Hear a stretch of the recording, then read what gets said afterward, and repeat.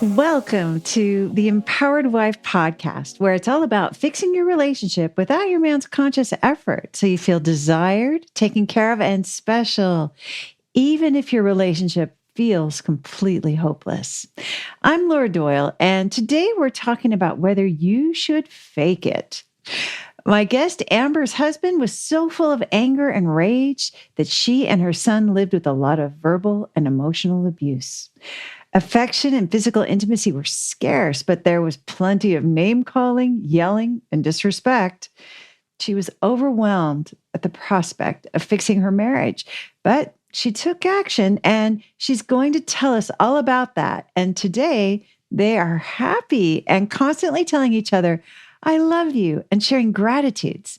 Even the relationship between her husband and her son is fun and kind. She's going to describe exactly how she transformed her marriage into something beautiful so you can do it too.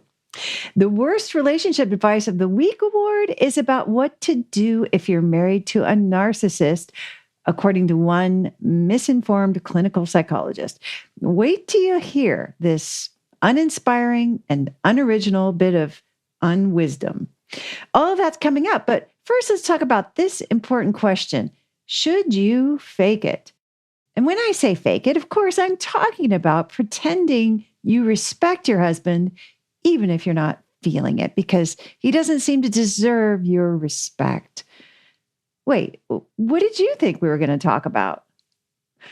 Oh, you thought I was going to talk about faking it in the bedroom. Well, funny you should bring that up while we're talking about respect, because respect and passion are so thoroughly intertwined in my experience.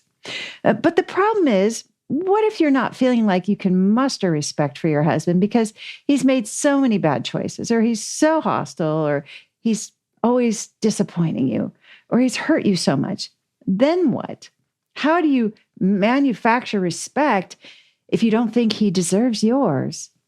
Well, if you're anything like me, you want your husband to earn your respect first, and then you'll give him credit where it's due.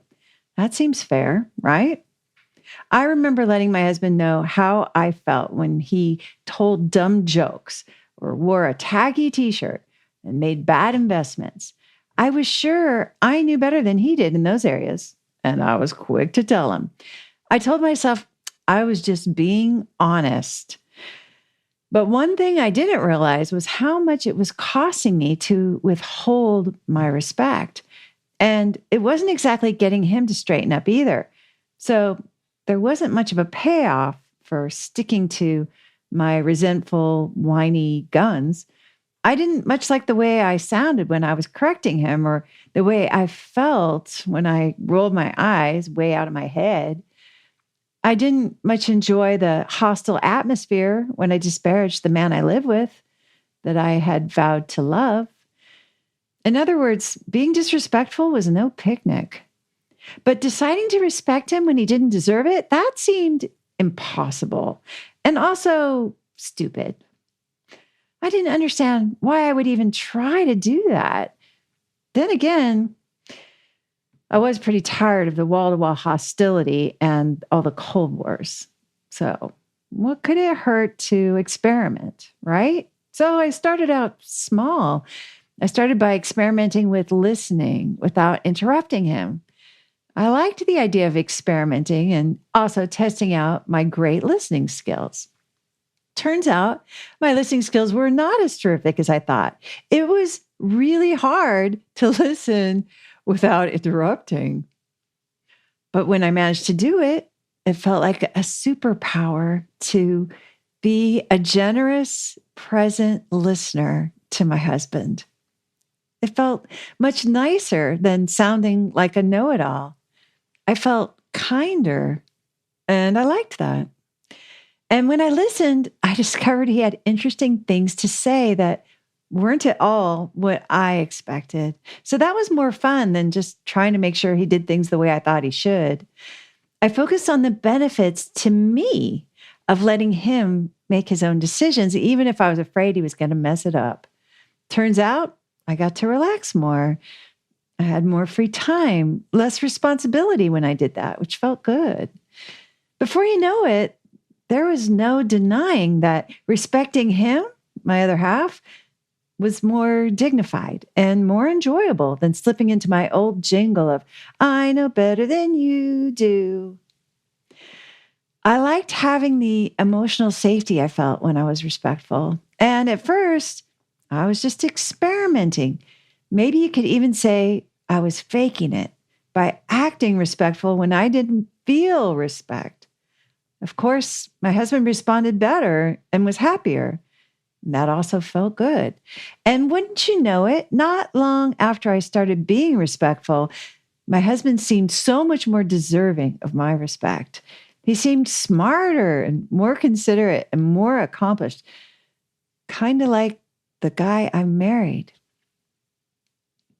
It felt good to know that I had created a safe place for intimacy to thrive by being respectful, even when I didn't feel like it. Now, being an imperfectly respectful wife, it's one of the accomplishments I'm most proud of. If you decide to expect the best from your husband and treat him respectfully, you'll be doing just what you did naturally when you were first dating. Remember how magical your relationship was then? Remember how good you felt? If you're still struggling with the idea that your man deserves your respect, consider treating him respectfully anyway, maybe as an experiment for a week or two, and checking out how that is not for him, but for you. Just like that old saying, love is a decision, not a feeling. Same goes for respect. Every day I get to decide if I want to be a respectful wife or I can go back to being the other kind. Seems like a no-brainer to me to choose respect, even if at first you have to fake it.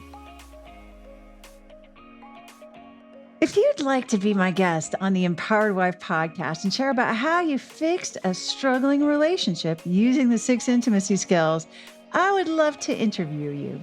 Just go to lauradoyle.org/podcast-guest to let me know that you are willing to make a big contribution to ending world divorce by telling your relationship story. I look forward to meeting you. That's lauradoyle.org/podcast-guest. My guest Amber's husband was so full of anger and rage that she and her son lived with a lot of verbal and emotional abuse. Affection and physical intimacy were scarce, but there was plenty of name-calling, yelling, and disrespect. She was overwhelmed at the prospect of fixing her marriage, but she took action. She's going to tell us all about that. And today, they are happy and constantly telling each other, I love you, and sharing gratitudes. If one of them gets upset, it doesn't last more than 5 minutes, and apologies come much easier. Even the relationship between her husband and son is fun and kind. Physical intimacy of all kinds has increased. She's going to describe exactly how she transformed her marriage into something beautiful.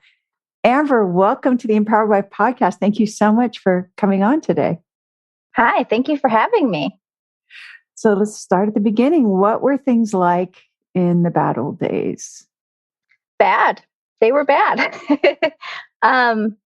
Yeah, just like what you just said, my husband raged a lot, like several times a day. And it started just raging at me. And then right when we got married, our honeymoon, in fact, he raged at me and said he wanted a divorce already on our honeymoon. And then it didn't take long for the rages to switch over to my son. And it was heartbreaking. Absolutely. So this was kind of a daily occurrence, it sounds like. Yeah, it wasn't always, but once we got married, it really started being a daily occurrence. And it was even a couple of times a day, a lot of the days. So, yeah. So that must have been pretty heartbreaking to have him be talking about divorce on your honeymoon already, too. Yeah, it was really tough. And for me, it led to a lot of resentment. It led to me, he would try to give some affection and I would reject it because I had already been raged at that day, who knows how many times, and I wasn't open to it. And so then that, kind of created this cycle of he would rage because he was being rejected, and I would withdraw because he was raging, and it was just this vicious cycle. Yeah, it sounds really painful. And did anybody else know this was going on outside of your marriage? He would rage at me in front of his family. His parents have a very similar dynamic in that way, and so it wasn't anything new for them. And with my family, he would act like he was this really sweet, doting, loving husband, and that was really hard because we would show up to my mom's for dinner, and I would be devastated because of what had previously happened that morning, let's say, and he would just act like everything was great and he was a great husband, and it was really, really hard. It sounds hard. And I know for me too, when there was verbal abuse going on at my house, I also just remember thinking, like, I know you're not supposed to put up with this. Like, this is bad for your self-esteem. And, I probably need to get divorced. And was that also going through your mind? No, only because, yes and no. Yes, that I knew that it was wrong. Yes, I knew that it wasn't good. It wasn't great for my teenage son to be thinking that that was how it should be. But I didn't think about divorce only because on our honeymoon, I got pregnant with our baby. And so so it was intentional, but I didn't know things were going to go so drastically downhill once we got married. Right. It totally makes sense. So the new baby was a kind of a glue that kept you fighting for your marriage, it sounds like. Yep. Yeah. So was there a moment though that you thought, well, things can't go on like this? Yes. And I think it's the saddest thing to say now looking back, because for me, it was him saying he wanted a divorce and he was going to take the baby 50-50 custody.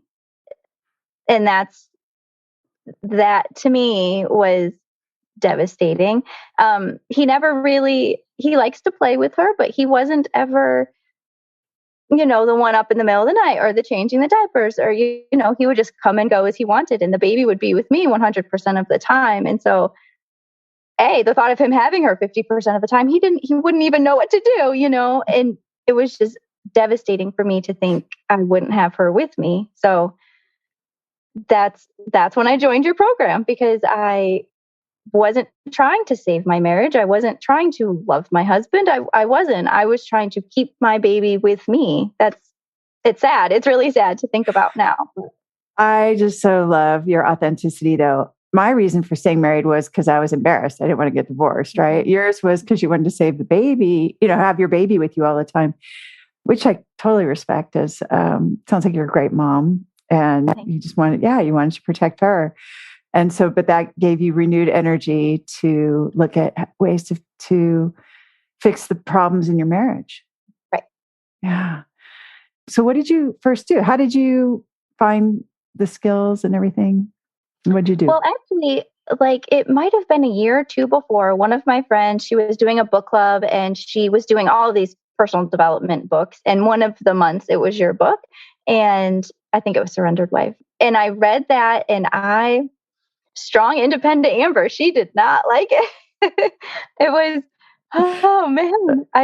I remember reading sentences like, if your husband is angry, look at yourself and what could you have done? And I didn't like that. I did not like it.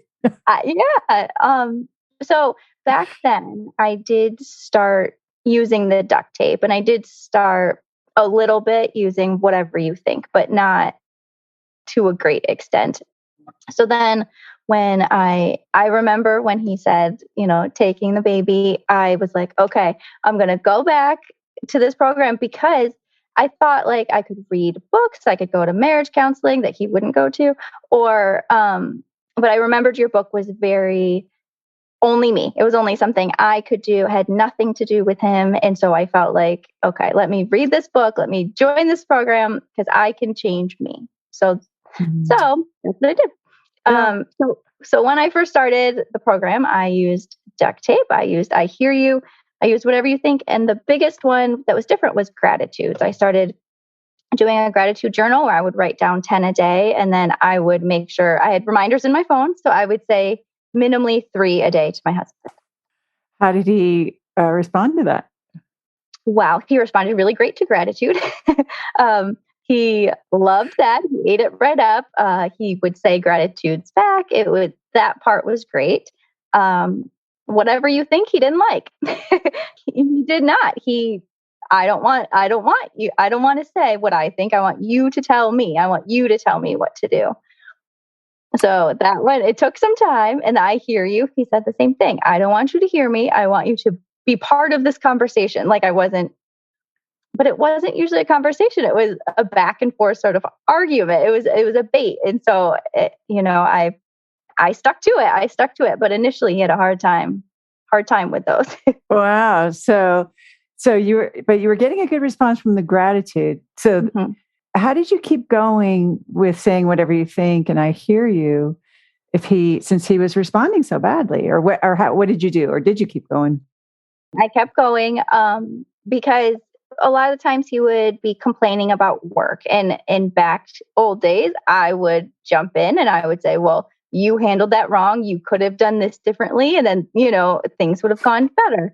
And so I started saying, I hear you. And then he would jump in with, I don't want you to hear me. I want you to tell me. And I would say, you were working long before me. You managed these situations long before me. I trust that you can handle it perfectly fine. You don't need me to tell you what to do. And so he liked it. He liked it when I would say, I hear you, he struggled. But then when I added a little bit more onto it, he handled it well. Like, I trust you. I expect the best from you. It's kind of the subtext of your message. And then he got a little scared though, when you changed up the routine that you guys had that was so familiar, it sounds like. Yes, he did. Yep. But you had a lot of conviction, like, this is not going to serve me if I jump in and do this old dance. Where did you get all that conviction? When I said, I hear you, I felt better. I felt, after the conversation was over, I felt like I didn't say anything mean. I wasn't being controlling. I wasn't critical. I felt better about myself and how I handled it. And if he didn't love it initially, then that was something he could work through on his own. But I really liked how I felt after. So it sounds like you felt dignified and maybe empowered to have that conversation in a different way. Yeah, so that was kind of an exciting moment, I bet. Mm-hmm. Yes, for sure. Yeah. And had you tried going to marriage counseling before this? I did. We went to, I kind of tricked him a little bit. Before we got married, I said, everybody does premarital counseling. Everybody does it. And he didn't know any different. And so he went along. And he did not like it.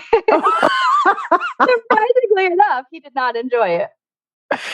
I'm just laughing because I relate to you so much, Amber. Like, it's justifiable if I, say everyone does it and we have to do it. And it's really kind of, I guess for me, it was all about the counselor fixing my husband, really. It wasn't about me being accountable. So anyway, I just identified. So I love that. So he wasn't excited about premarital counseling. He was not. He went, but he only went, I think it was like 8 weeks or something like that. And he went to all of them, but every week I would notice he would shut down. Why was that, do you think?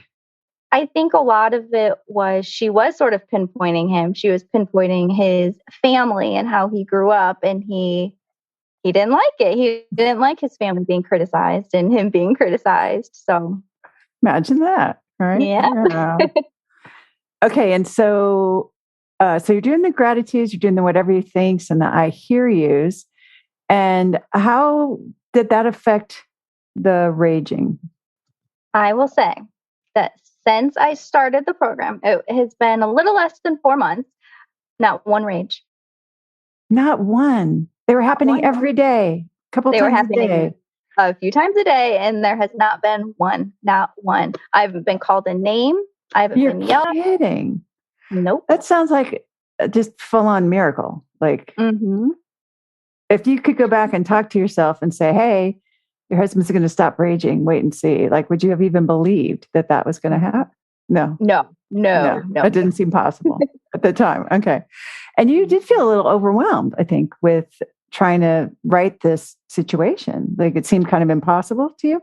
It really did. It really did. And honestly, when I started with the program, that seemed very overwhelming to me. I was Mm, trying to do all of it all at once. And one of the coaches suggested focus on a couple, focus on one or two that, and I did. And I focused on the easiest ones for me. And I did very that good. for a while. And then I saw the drastic changes. And then I was able to add in another one. And then in a couple weeks, add in another one, another skill. And that really helped a lot for me.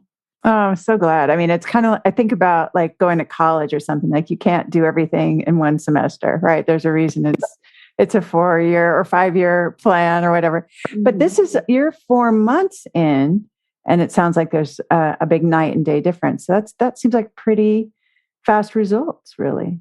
Yeah, I would say within 2 weeks, it was noticeably different, noticeably different. It still after that was adding in other things, but the initial, the gratitudes, I really think it was the gratitudes that changed a lot. And I would like to say it changed my husband, but I think that it changed me a lot because I did not like my husband. I didn't like how he treated me and how he treated my son. And focusing on the good really changed my mindset of him, which helped a Oh, lot. so good. And I think of gratitude as a discipline, right? You're making that Mhm. choice in every moment to either be grateful or be resentful. And you Right. had a lot of resentment when you started. So I know that takes a Mhm. lot of, I don't know, grit or gumption or something. How did you get yourself to do those gratitudes when you didn't even like him? Yeah, it was not easy in the beginning. And so a lot of them were thank you for doing the dishes, or it's something simple, honestly, like thank you for playing with the baby today. It wasn't anything intense initially because I couldn't do it, and it took days and days and days of him doing these things. And then one day he was nice to my son, just one day. And I thought, wow. And a lot of the times in the past, he would do something good and I wouldn't comment on it because I knew something bad was going to happen. I knew another rage was going to come or something. And so I think I didn't say thank you or anything because it was hard. But he was really nice to my son one day. And I said, wow, look at you being so sweet to him. And they have the best relationship now. It was just, but saying it, sometimes I would think it, but I wouldn't say it. And so saying it made a big difference, obviously. Yeah, I love that. And so usually I like to ask, was there a moment when you thought, okay, this is working? And I guess maybe that was the moment when That was the moment. that Yep. was the moment you're like, this is not only gonna, I'll be able to keep my baby with me 100% of the time, but also my husband and my son are going to have Mm-hmm. a kind relationship, a loving relationship instead of verbally and emotionally abusive relationship. Big difference, right? Yeah. So, all right. So what else? So what other skills were you able to implement? Mm-hmm. Whatever you think. The next one I did was ouch, because I I was feeling like I had no voice. I was feeling like I used to be the strong person who would stand up for myself, and then I was just using duct tape all the time, and I felt silenced. And I remember one of the coaches during a call saying, duct tape is not meant to silence your voice. It's just used to, it's a tool to help you not be controlling and criticize and all of those things. And I think I just took it too far, and so I started using ouch when I was being hurt or criticized. And that again, he didn't like it initially. No. um, but that worked. It helped me feel like I wasn't a victim just being walked all over, because he still would say a critical thing here and there or, something Sure. that hurt my feelings. Sure. So, yeah. Yeah. So, ouch, that's the next one. Then I got to say, the self care was the hardest. And actually, I think I just figured it out just a couple of weeks ago because I made the list, like you suggest. I made the list.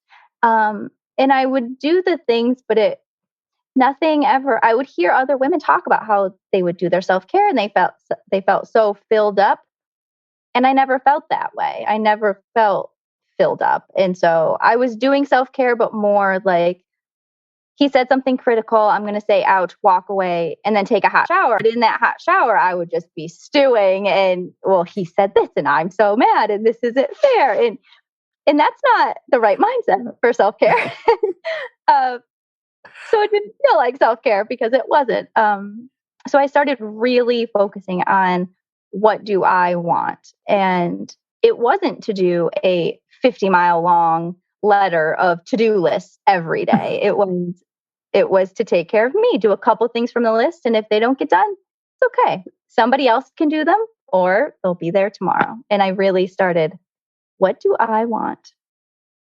I love that. So it sounds like you really refined your process of tuning into what would make Amber happy. And that made a big difference. So, and it also sounds like you maybe kind of reduced some of your responsibilities or delayed them at least. Is that right? I did. See, I still do a to-do list every day and it's on our counter and I check things off. And sometimes my husband will say, what can I do to help? And I say, well, to-do list is there. If you want to do something, that would be great. And sometimes he does and sometimes he doesn't. And that's okay. But my to-do list is much more manageable. It's usually like 8 things a day and none of them are major. So I scaled back on my own expectations of myself, but then also he knows where the list is. And if he wants to help me, then he does. And that's great. Oh, that's very sweet. And so, tell me, I want to hear a little bit more about this because I think, especially because you have a baby and you have a teenager. So I think for moms, it's really challenging. Those to-do lists get really long, and yours is down from maybe 50 to 8, which is an improvement. But how do you do that? Like what were you able to eliminate or delay? And I hear your husband maybe is helping out. Is he helping out more than he was? He's definitely helping out more. Yeah. Okay. And I think I recently, maybe in the past month, I read a chapter that said we can still ask for help.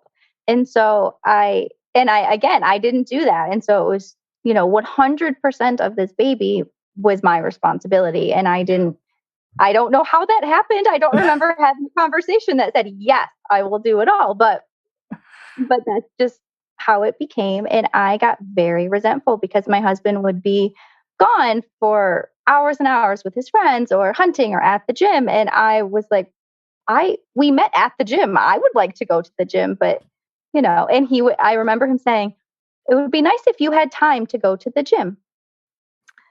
Really? And I thought, well, did you want to punch him in the nose right then? Because you have the time. Why don't I have the time? But so I started asking for help.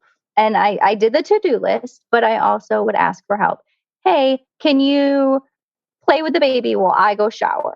Because she, before that, was always in the bathroom with me, and that doesn't feel like a relaxing shower. And he would say yes. And sometimes he would grumble. And that's when I just, thank you, you're so sweet. And I would go. I didn't respond to the grumble. I didn't respond to the complaint. I just, thank you, you're so great. And then you're a great dad or you're a great husband or whatever. And then I would go to my shower alone in peace. And it was great.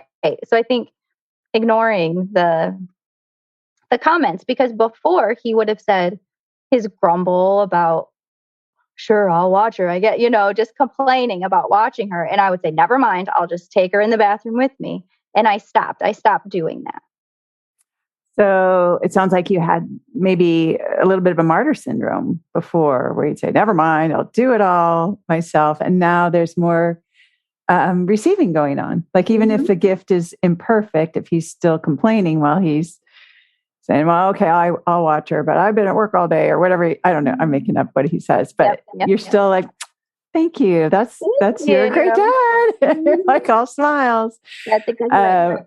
And the grumbling and the complaints have severely diminished since I've been doing it. And I don't know if he was grumbling because then he knew that I would take her with me and he wouldn't have to watch her, or if I'm not sure why, but it doesn't matter because now I'm getting my hot shower by myself and it's amazing. So it was temporary that he grumbled when you asked. Okay. And now he gets to be your hero now, which I know is pretty important to my husband and lots of husbands I've talked to. So I wonder if he's also just enjoying like, okay, I'm being the hero right now. And I think so, because I'll come out of my shower and he'll say, "How was your shower?" And amazing.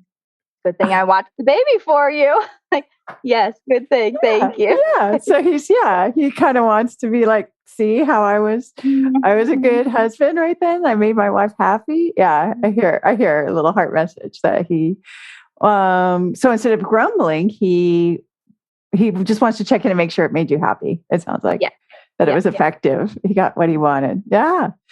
Yeah. That's so good, Amber. So this is a pretty incredible story. I mean, I think somebody listening would be like, okay, we're from raging every day to no raging at all. It's just incredible. So what would be your tip for somebody who is maybe where you were, where she's feeling like she's getting emotionally abused and maybe her kids are too, verbally abused and raged at? Where should she start? What do you suggest she do?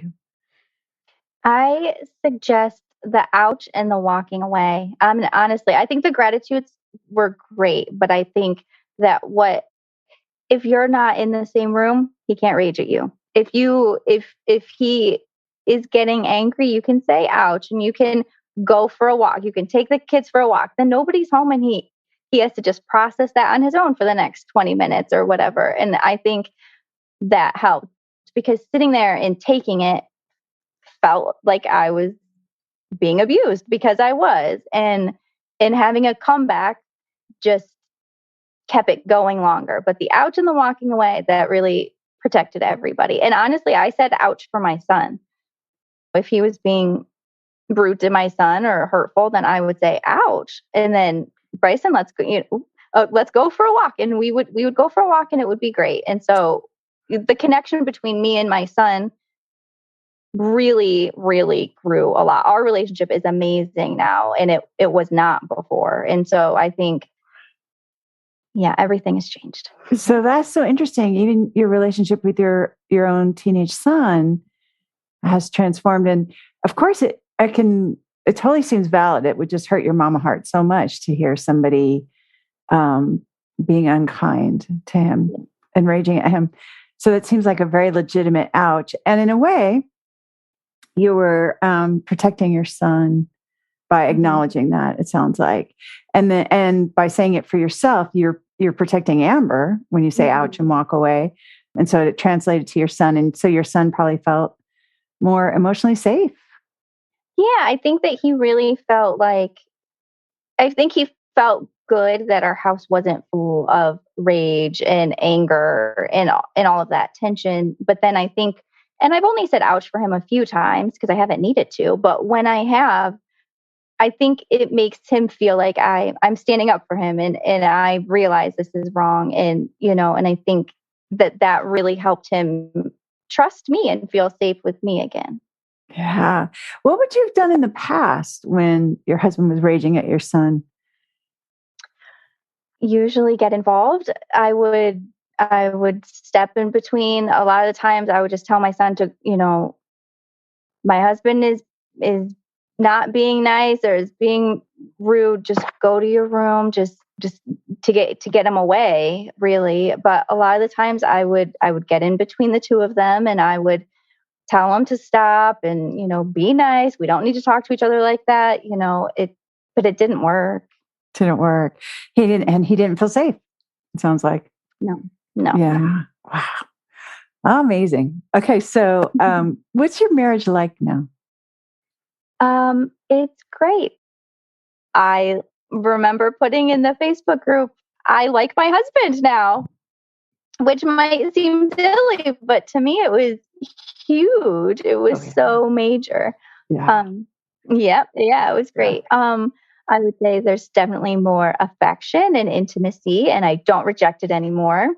And it's light and it's peaceful for the most part. I will say I'm not perfect, and my husband is not perfect. No. And things still come up, and most of the time I stick to the skills and everything just blows right over in a couple of minutes. And sometimes I don't. and then it takes a little bit longer, and then I have to give the dreaded apology. Oh, no. I know. But for the most part, things are really, really great. And I walk away feeling good about myself, and I'm happy, and I'm living life for me. And I that is what feels the best. I love that. I want to hear a little bit about that dreaded apology since you referenced that. I want to hear, like, when does that come up or how do you do it? I hate the apology. I still don't like it either that much. Sometimes, well, I do really like it, but sometimes Yeah, I'd be there. I like the effects of it. It comes up sometimes, and most of the time it would come up when I would get home from work, and I get out of work, I go pick up the baby, then I get home, and it's a hectic time. Yeah. And most of the time I would walk in the door not in the best of moods, and then my husband would ask me what was wrong, and and I would just grumble and nothing, and then it oftentimes would escalate because he would keep questioning me to try to figure out, I think, try to fix it, try to figure out what was wrong so he could solve the problem for me. He But could make his wife happy. Yeah. Maybe? yes, Yeah. but I didn't see it that way. I would, it would just get me cranky. Nothing's wrong. Leave me alone, Yeah. And so then I would have to apologize. I learned listen to fun, usually 80s music on my way home, very loud. And it really helps me change my mindset when I get home. But yeah, I have to say, I'm sorry for being disrespectful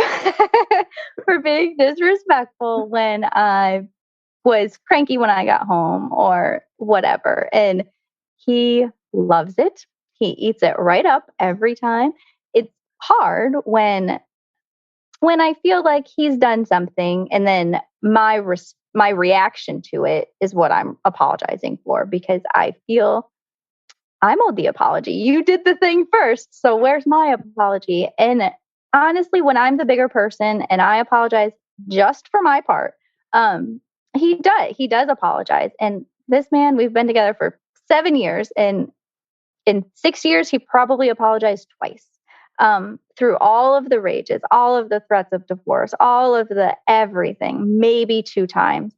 And he apologizes at least weekly, but more than that, almost always. And so me being the bigger person, me apologizing has changed him. And now he can see that when he's messed up, and he can apologize too. And that's been really great. It is really great. I mean, I think in some ways, I know for me, when I was taking my husband to counseling, that would have been a big outcome that I was trying to get. It was like for him to see what he did wrong and to apologize for it. And you have that now. You've created that. I don't have that from me saying, you did this wrong, you need to apologize. Because I've tried that and it did not work. So by me saying, I'm sorry for this, then he immediately turns around almost always and says, he doesn't say I'm sorry for being disrespectful, but that's fine. He'll say, I'm sorry for whatever. And it always ends with, I love you. And it's great. Wow. And you like him, which is huge. So and do you feel like that threat of divorce is still kind of hanging over you? The threat of losing 50% custody of your baby? I don't think so. The mention of divorce has not happened one time. Wow. Wow. Amazing. Okay. So if you could go back in time and talk to Amber from before you knew what you know now, what do you think you would say to her? I would say, I have the power. I have the power to change it. I have the power to be happy. I have the power to change my whole home, to make my kids happy. I have the power.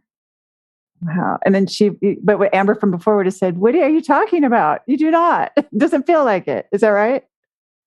Probably she would say, but you're not doing anything wrong. It's all your husband. You can't change him. That's what she would have said. So you have new glasses on. The veil has been lifted. And now you see how much power you have. Of course, it takes a lot of courage and humility and commitment, I think, to do all the work that you did. You brought a lot of focus to really fixing your marriage for the sake of your baby, it sounds like. And you created a miracle in your home. And I just think the world needs more women like you who make their marriages a priority, make their families a priority. You must feel very accomplished. I do. And I will say, I love telling all of my friends in the Ridiculously Happy Wives group every time, I'm killing it. I did it. I feel so good. It feels so good.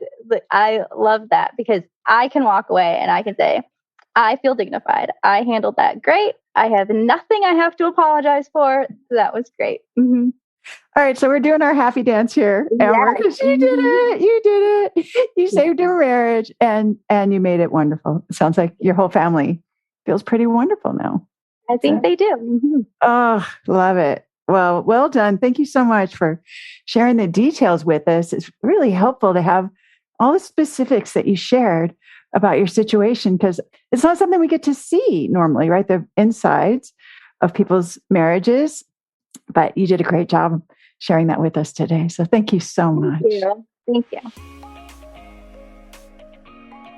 If you'd like to be my guest on the Empowered Wife podcast and share about how you fixed a struggling relationship using the 6 intimacy skills, I would love to interview you. Just go to lauradoyle.org/podcast-guest to let me know that you are willing to make a big contribution to ending world divorce by telling your relationship story. I look forward to meeting you. That's lauradoyle.org/podcast-guest. And now it's time for the worst relationship advice of the week award. It's the worst relationship advice of the worst relationship advice. Yeah, it's the worst relationship advice of the worst relationship advice of the week. And the advice I find most unbearable this week was sent to me by a student who says she thought of me immediately and knew I would love this one. Aw, thank you for thinking of me. I love that. And I do love this terrible advice you sent. It is a shoo-in for the award. But of course, you knew that already. So thank you. Thank you. The student who sent this was at a training for mental health professionals when the trainer, a clinical psychologist, said, if you're married to a narcissist, get out of bed, run away, and don't look back. Otherwise, you will have a miserable life. So it's very straightforward, terrible advice. First, get your husband diagnosed as a narcissist. You might drag him to a therapist for that. Or maybe you could just cut out the middleman and gather evidence of all the times he was selfish, manipulative, and cruel so you can diagnose him yourself. And once you've determined that the man you chose to marry above all others has this incurable, untenable disorder of narcissism, the only sane option is to get a lawyer, tell the kids you're getting divorced, negotiate custody, and downsize your lifestyle. Because otherwise, he is going to make you miserable. And take it from a clinical psychologist, because she's an authority. It is absolutely insane to try to make that marriage work unless you're okay with being mistreated forever. And let's not forget, ever. So, unless you're a masochist, just save yourself and get out as fast as you can, even if it means scorching your family. And that is what it means. So first of all, and I'm making all of this up, my guess is that this clinical psychologist who clearly feels very strongly about this, she probably fell in love and got married and then had some terrible challenges in that marriage. And in her quest to figure out why things were going so badly, she decided that a narcissist diagnosis fit her husband to a T. He probably checked all the boxes. And then, since no one ever taught her the 6 intimacy skills or gave her the support and coaching she needed to have an unfair advantage in making her marriage last and thrive, she saw her choices as very black or white. she was probably really hurting in that marriage. And what's especially sad for me is that maybe she chose a career in mental health because she wanted to be in a healthy relationship and she wanted to support others in having healthy relationships. I think that's what most mental health professionals want to do.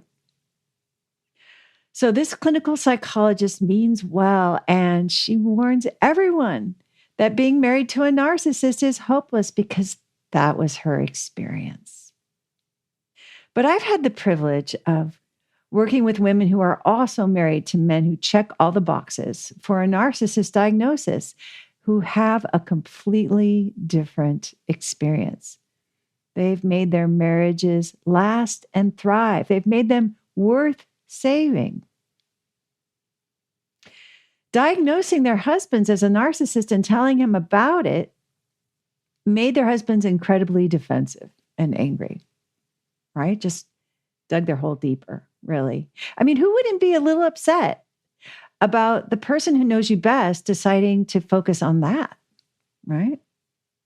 It's pretty disappointing if someone who swears to love you starts to see you only as a narcissist.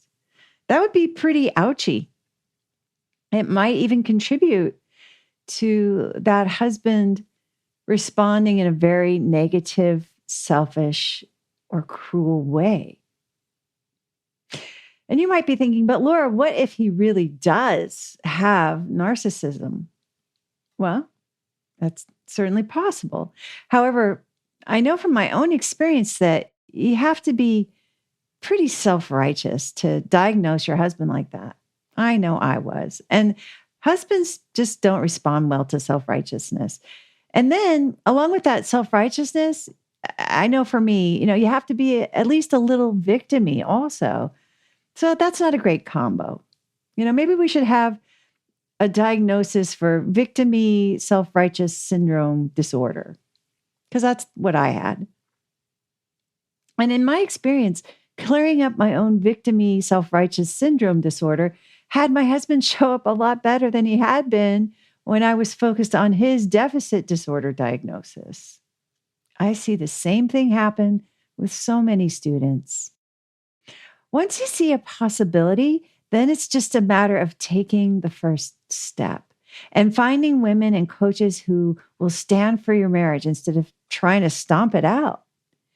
Then doing some experimenting with the 6 intimacy skills, and then finding out, like so many women who have already fixed their marriages have, that you have more power than you think. Like the student who sent in this terrible advice to me this week, who wrote, "Thank you for the skills. I have never felt better about myself." I'm so happy to hear that. For those reasons, the advice, if you are married to a narcissist, get out of bed, run away, and don't look back. Otherwise, you will have a miserable life, is the very, very worst relationship advice I've heard all week. Listen and subscribe to the Empowered Wife podcast. Next week, we'll talk about what to do with a workaholic husband. And in the meantime, I hope you're having lots of fun. Today's fun fact is that my car has a new app that's rating my driving for safety. And okay, maybe I have a lead foot, but I have to say, I feel like it's being a little judgy.